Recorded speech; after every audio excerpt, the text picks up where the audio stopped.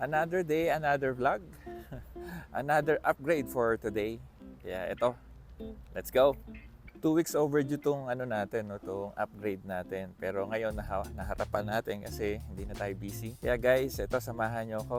Ano ba yung i-upgrade natin today? Ito yung LED upgrade natin na ilalagay. Oxito. Yan.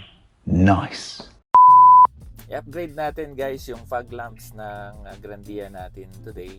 And bakit nga ba tayo nag-upgrade? It's because personally hindi ako kontento dun sa lakas ng fog lamps ng Grandia.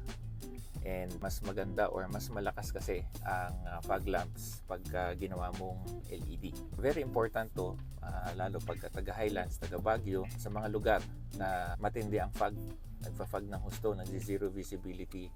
Mas maganda, mas malakas ang fog lamps mo, mas okay siya kasi for safety at the same time visibility pagdating sa fog lamps.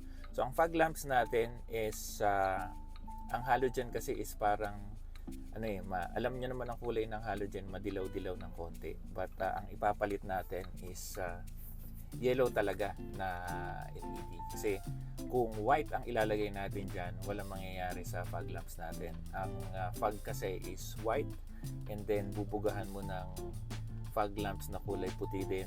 Ganun din, magbabounce sa'yo yung ilaw, no? Babalik sa'yo yung ilaw. Wala ka rin makikita pag nagmamaneho ka sa zero visibility na fog. Kaya ang mas maganda, mas iba ang kulay ng fog lamps natin. And sa standard naman, ang fog lamps is color yellow para mag-iba yung kulay niya sa kulay ng fog. Pagka inilaw natin sa zero visibility na fog, makikita yung kalsada, makikita natin. Tatagos basically yung ilaw natin, hindi magre-reflect. Pabalik sa atin yung ilaw. Okay? So yan, ito yung gagawin natin right now. Step by step tayo. Paano natin bubuksan yung ilalim, ang ilalim ng Grandia natin, at paano natin ma-access yung fog lamps natin para ma-upgrade na natin, guys. Okay?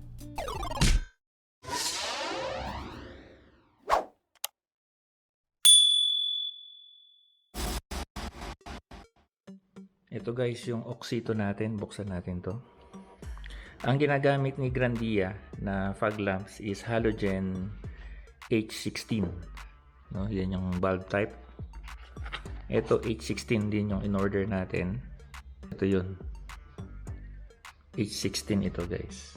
So makikita natin kung match ito sa Grandia natin. No? Ang lakas nito is wattage niya is 36 watts. Yun, 36 watts lang. And then 16,000 lumens as claimed ng manufacturer. Ang ilaw nito is amber yellow. That is 3,000K. Makikita natin kung pareho sila sa Grandia natin, no? Wala siyang fan. Kung makikita nyo, wala siyang fan. But ito fins. Ito yung baling cooling system niya. Heatsink lang. Kaya meron siyang fins. Ayan, makikita nyo mga grooves. So yun lang naman ang nandito. And guys, test lang natin, no, kung totoo yung power na sinabi ni, as claimed ni Oxito. This is 36 watts each. So masusubukan natin with our ever watt meter. And then we also have a simulated battery voltage with a this is a 13.8 regulated power supply. Yan, i-on na natin. Yun, 25 watts ang liwanag. Ayan guys, 25.7 watts. Okay. Ang isa is 25.9, pareho lang. 25.8. Yan, hindi naman sila nagkakalayo. So yun, 25 watts each. Perfect yan. Okay na okay. Ang next natin gagawin, install na natin to guys. Tara, gawin na natin to. Ayan guys, para ma-access natin to, no? Hindi dyan sa side, kundi sa ilalim. Tayo sa ilalim. Yung first 3 na tornilyo. Ito. 1, 2. Tapos meron pa dito. Ayan, 3. Tapos ito 4. Then ito 5. Sisikwatin lang natin yan para bumaba tong buong plastic. Ma-access natin yung fog lamps natin. Ngayon guys, try natin. I-attempt natin. So ganito guys, pakita ko sa inyo paano tinutungkab yan. Ano lang to, maliit na flat screwdriver. Yan lang. Sisikwatin lang natin. Like so. Yan na. Nakaganyan lang. Hayaan nyo lang ganyan. Then yung isa ganun din.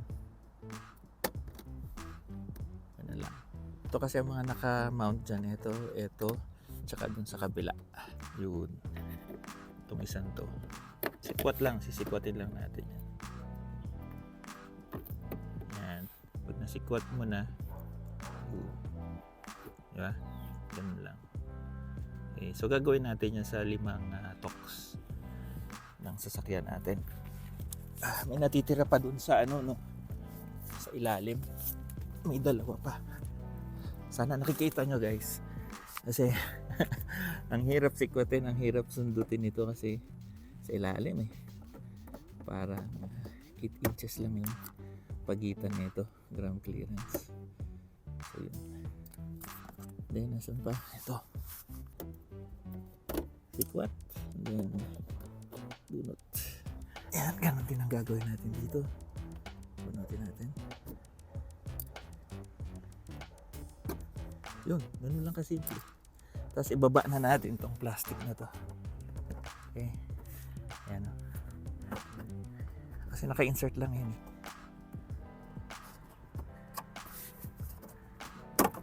Yan. Access natin yung fog lamps. Ayun, yan yung fog lamps natin. Dudukutin lang natin yan. Hindi ko alam paano. Kung lalagyan ko ba ng camera yan sa loob. Pero ganyan lang kasi na-access Hinilawan natin. So yan. Yan ang fog lamps natin. Yung may puti na yan guys. Ito as per manual. Rotate counterclockwise. Tapos bunot. Makikita nyo. Yan Ito na. Yun.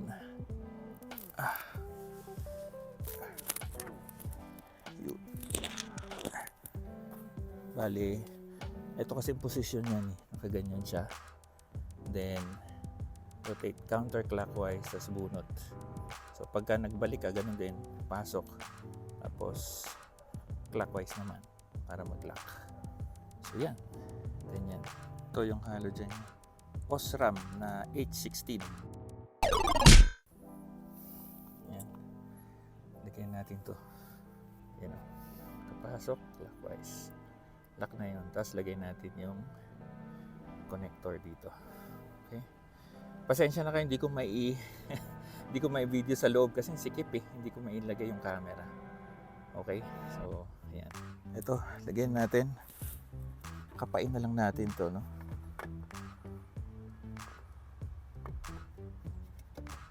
Ayan. Yun. Ito na guys, yan. Patagilid. Yan patagilid tapos clockwise. Yan. Yan na. Nakalagay na siya. And then, balik natin yung connector. Yun. Alright. Sorry, imagine niyo na lang paano ko na-connect. So, yan. Tingnan natin kung iilaw. Yan. Testing natin. Fog lamps. Yan. Tingnan natin yan. Ayun, Yes. Oh. Nice. Di ba? Dilaw na dilaw. Nice. Hindi natin ma-appreciate ngayon kasi umaga Mamayang gabi testing natin yan. Ayan yung aking mahiwagang higaan. Every time guys na magdi-deal kayo sa electrical system ng sasakyan natin to avoid short circuit and other electrical hazards, kailangan wala mo ng power yung sasakyan bago kayo gumawa ng mga bagay-bagay sa sasakyan natin. Okay? Yan, tulad nyan. Nakita nyo naman bago tayo mag-test, nakapatay itong engine natin and nakapatay din yung sa susian. As in totally walang power. Yan. Kasi baka mamaya mag-short, mai-short natin yung connector, tapos madali pa yung fuse. Yun. So ayaw natin mangyari yun. Kaya make sure laging nakapatay yung engine natin and walang power na dumadaan sa electrical lines natin bago tayo gumawa. Okay? 1-0 tayo dyan. Pupunta tayo sa kabila. Kita naman yung ano, ang height nito, isang dangkal lang. Oh, halo. What? Yang hirap din gumalaw. Pero madali naman. Yan nila yan. Meron lang akong flashlight sa loob. Yan lang pwede ko ilusot. Yung camera, hindi ko mailusot. Tapos hindi ko, kung nakafocus, di ba? So, ganun. Balik lang muna natin tong mga toks na to. Ito guys, kung gano'n natin kadali tinanggal yung toks, ganun din naman kadali natin ibalik, no? Make sure nasa ganitong position, ganyan position yung itsura ng toks natin. Okay? Yan. Ganyan dapat. And then, tsaka mo siya itutulak para mag-lock. Yun. Ganyan. Okay? Ganito dapat ang position ng toks nyo. Insert. Kana insert. Tulak. Yan. And so on and so forth. Yan din ang gagawin natin sa tatlong toks. Di ko lang maabot. So, ganun.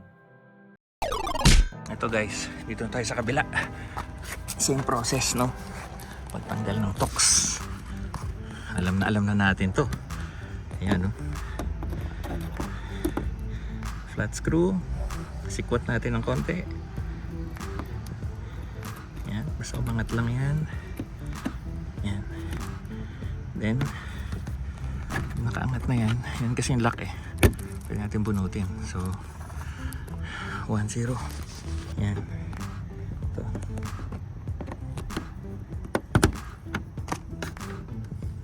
Ito. Ito yung 3. 4. Yung 5 nandito. Dahon to Di kasama yan. Alright. Yan. And then access na natin. So tandaan nyo lang paano yung plastic, no? Ito nakapalaman dito. So pag kinabit nyo, pagka ito nandito sa labas, mali yun. Dapat nasa loob. Yan. Ito lang naman ng flash out eh. Other than that, nakapasok yung mga plastic niya. Okay, so tutulak niya lang, tinan mo. Yun o. Tanggal na yan. Yun. Yan. As yun, dudukutin na lang natin sa ilalim. Unang natin gagawin is atake natin yung connector ng ilaw. Again, counterclockwise. Yan, kung nakikita nyo, counterclockwise ko tapos hatak. Yo. Yan. Yun. Diba? Huwag nyo hawakan yung bumbilyang. Hawakan nyo lang itong pinaka-base ng ilaw natin. Okay? Para sakaling gusto pa natin gamitin to or meron na ngailangan ng 816, pwede tayong mamigay nyan para hindi masira. Okay? Ito guys, pasok natin to. Yan. Yan. Wait muna. Side. Yan, pa-side. And then, clockwise naman. Clockwise. Tapos, connect na natin yung connector ng ilaw. Yun. Okay na. Again. Testing ulit. Don't forget again, walang power yung sasakyan natin. Ngayon pa lang natin i-start. Dapat makapatay din yung switch ng fog lamps. Okay? Ayan, on na natin yung fog lamps. Yun. Right. Punta tayo dito. Okay na yan. Sa left side. Punta tayo dito sa right side. Ayun. Oh, di ba liwanag? Ganda oh. Nice. Oh, yan guys. Initially ganyan yan.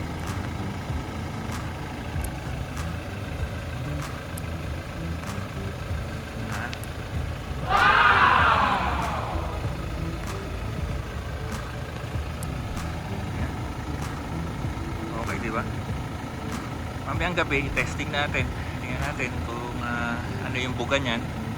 And kagabi tinunan ko yung stock, yung lakas ng stock na halogen, para meron tayong comparison kung maganda ba yung upgrade natin or same lang yung upgrade,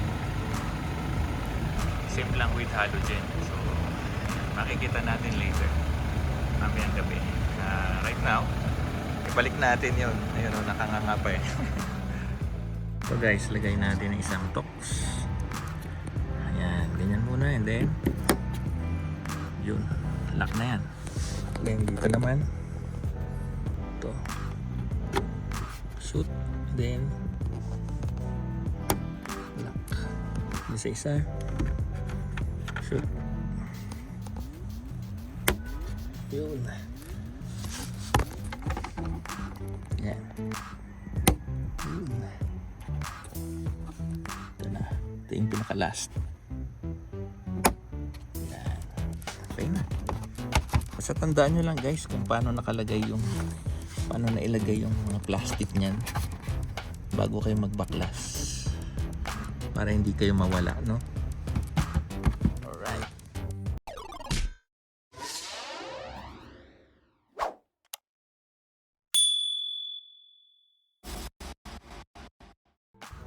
So, ito guys yung stock niya, no? Again, makikita nyo, it's 12 volts, 90 watts na H16 na Osram na halogen. Dun sa pagtesting natin, yung LED na nilagay natin, yung Oxito, is ang range niya is nasa 25.7 watts. So, konti lang naman ang difference sa wattage. Hindi naman ganong significant para uminit yung electrical connector natin or electrical wires ng fog lamps natin. So safe pa yon, nasa safe level yon. So maganda talaga guys kung ano, no, kung meron kang watt meter bago kayo magkakabit ng ilaw sa sasakyan nyo. Maganda na test natin, and nalalaman nyo, no, kung ano, kung malamig siya sa electrical wiring natin. Kasi doon nag-uumpisa ng sunog. Yung mga nakikita nyo sa mga kalsada, overload ng electrical system nila, hindi akma doon sa ano, no, sa wattage and amperahe ng wire, kaya nasusunog, umiinit yun, nasusunog. So in this case, pagka meron tayong watt meter, nakikita natin, alam natin na safe yung mga nilalagay nating ilaw sa sasakyan natin, no? So yun, ganun guys.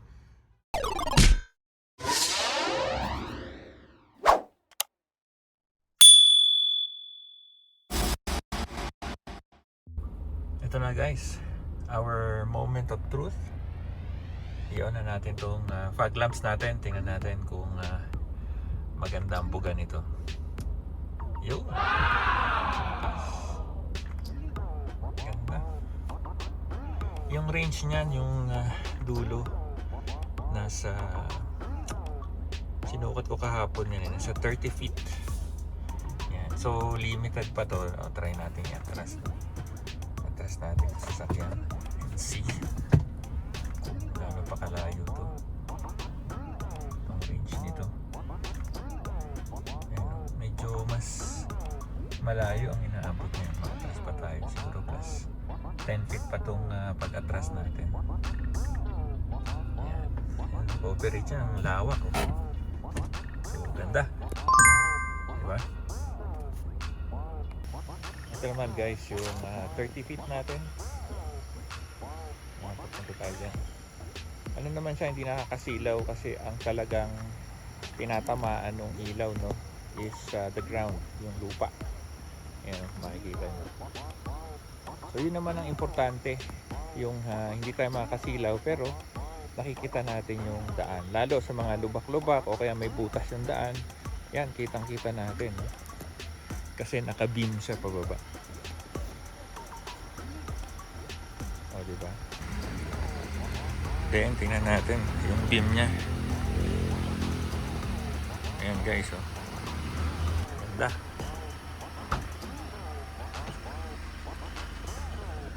O, yun. Ito guys, tumatakbo tayo ng fog lamps lang.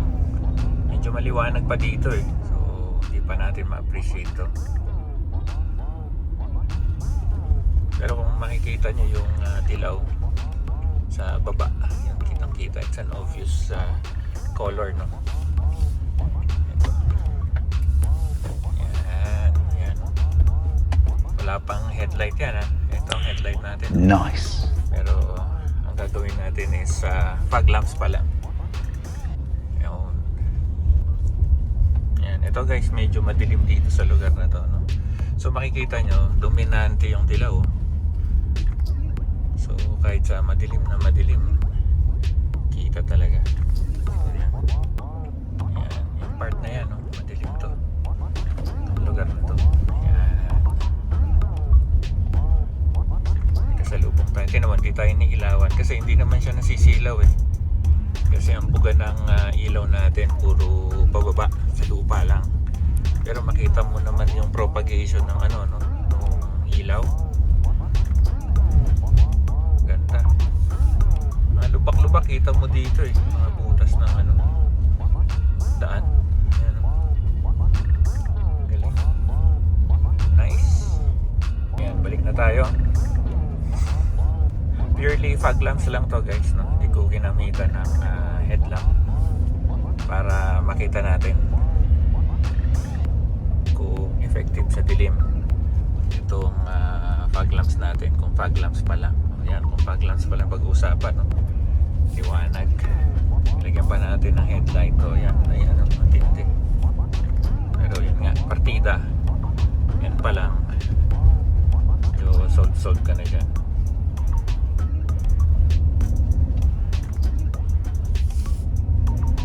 Amber yellow yung kulay nung ano nito, no? Nung fog lamps natin at 3,000K.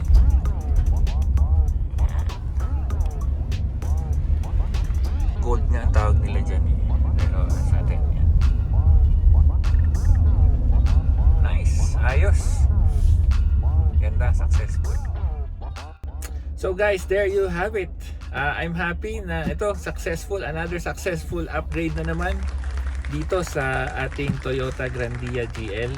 Happy tayo kasi ang ganda nung nung result nung fog lamps natin, and mas confident tayo magbiyahe sa gabi with our lights on. And yun nga, ang intention natin is to have more visibility sa kalsada, but hindi natin intention para manilaw tayo ng ibang incoming traffic or mga sasakyan or mga drivers na nagmamaneho sa kalsada. So yun, if you like the video and you're new to my channel, don't forget to click that subscribe button to get updates sa mga videos na ipopost ko in the future. And also you can follow me on my Facebook page. Ilalagay ko yung link sa description ng video na to. Okay? I'll see you guys on the next one. Bye bye.